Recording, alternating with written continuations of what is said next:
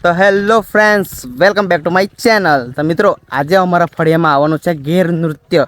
તો તે જોવા માટે મેં હેતુ અંશુ અમે જવાના છે। તો ચાલો તમને પણ બતાવીએ। તો ચાલો।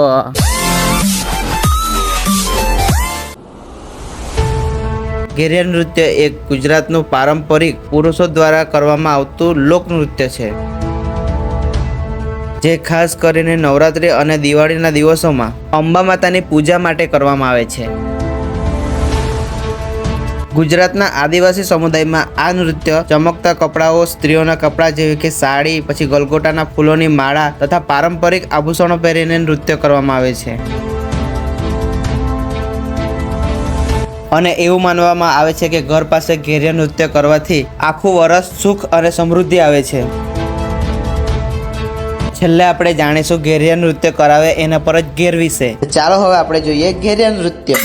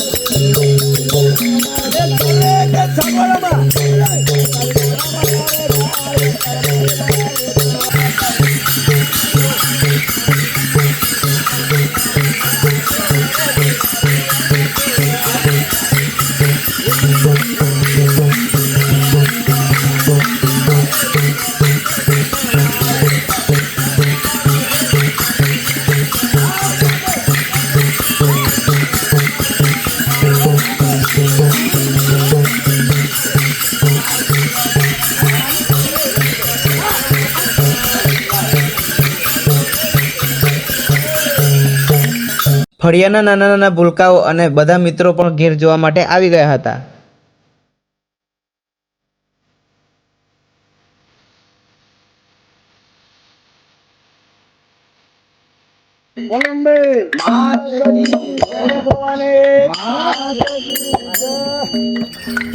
સોનાનો ગર્ભ મારે રૂપ લાઈ ગોરે, સોનાનો ગર્ભ મારે રૂપ લાઈ ગોરે,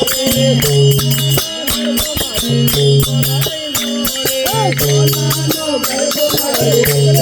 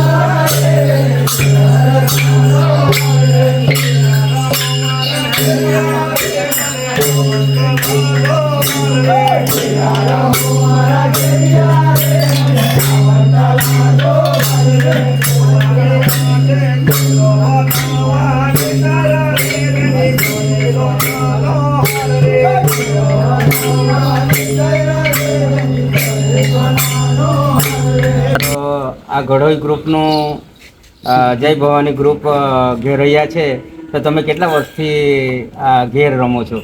આ ઘોડોઈનું ઘેરિયા મંડળ ગ્રુપ છે લગભગ 450 વર્ષ ઉપરથી ચાલતું આવેલું, એટલે બાપ દાદાથી ચાલતું આવેલું. આજે પણ એ પરંપરા પરિવારમાં ચાલુ છે ને ચાલુ રાખેલું છે. બહુ સરસ, બહુ સરસ. તો આ ઘેરનું મહત્વ શું છે આ નવરાત્રી દરમિયાન? નવરાત્રીમાં ઘેરનું મહત્વ એટલે ઘેરનું મહત્વ એટલે શિવ શક્તિ. આપણે સૃષ્ટિનું સર્જન શિવ શક્તિ. શિવ શક્તિ એટલે ઘેરિયાને તે પ્રમાણે એનો પોશાક એટલે માથે ફેંટો એટલે પુરુષ, ચોળી એટલે સ્ત્રી, એટલે એક શરીરમાં બે રૂપ શિવ શક્તિ. એનાથી આ અર્ધનારેશ્વર તરીકે ઓળખાય. બરાબર છે, એ મહત્વ છે. હા. તો આ અહીંયા તમે તાર મારો છો, એ તાર શાની કહેવાય છે? એ આપણે આ મોરાની તાર જે મારવામાં આવે છે એને શ્રદ્ધાંજલિ રૂપે આપણે એટલે એમને યાદ કરવાના. બરાબર. હા, હા, આપણે એને શ્રદ્ધાંજલિ આપવાની. અચ્છા, આપણા પિતૃઓ જે કઈ ગયેલા તેમને શ્રદ્ધાંજલિ રૂપે. બરાબર, એ મહત્વ. હા, એનું મહત્વ. બરાબર છે. ને ઘોડીએ ચડાવવું, હા, એ ઘોડીએ ચડાવવું એટલે નાના છોકરાને ઘોડીએ ચડાવવા કે આશીર્વાદ આપવાના કે તમે આગળ જાઓ, જીવનમાં કઈ આગળ બનાવો, કઈ બનાવો એમ. બરાબર છે, પ્રગતિના પંથે જાઓ, એના માટે આશીર્વાદ રૂપે એમને ઘોડીએ ચડાવવામાં. બરાબર છે. સારામાં સારું કહેવાય છે. તમે પરાપૂર્વેથી આજે જે આપણી આદિવાસીની આ જે ઘેર રહ્યા તમે રમી રહ્યા છો 450 વર્ષથી, એ ખૂબ સરસ. ધન્યવાદ તમને, ને તમારું આ ગ્રુપ હજુ બી આગળ વધે એવી આપણી માતાજીને પ્રાર્થના. બોલો જય અંબે. ત્યારબાદ છે ને હા. તો આ ઘેર રમે હા. એટલે ઘેરમાં જે આપણા ઘરમાં જે કઈ સુખ દુઃખ હા. કઈ આવી પડેલી આફત એટલે ઘેરને માનતા રાખવામાં આવે બરાબર. કે મારી ઘેરે જે ઘેર આવે હા. તો મારા ઘરમાં શાંતિ થઈ જાય એમ. બરાબર છે. એટલે તે પ્રમાણે આ ઘેર જે રમાવે આપણે માતાજી ઘરે- સાથે હા, આવે છે. માતાજી સાથે આવે હા. ને એમના ઘરવાના પરિવારના આશીર્વાદ આપે હા. કે તમે સુખ શાંતિથી રહેવો એમ અચ્છા, અચ્છા. ભગવાનને યાદ કરો એમ. બરાબર છે. ને આપણે કોઈને છોકરા નહીં થતા હા.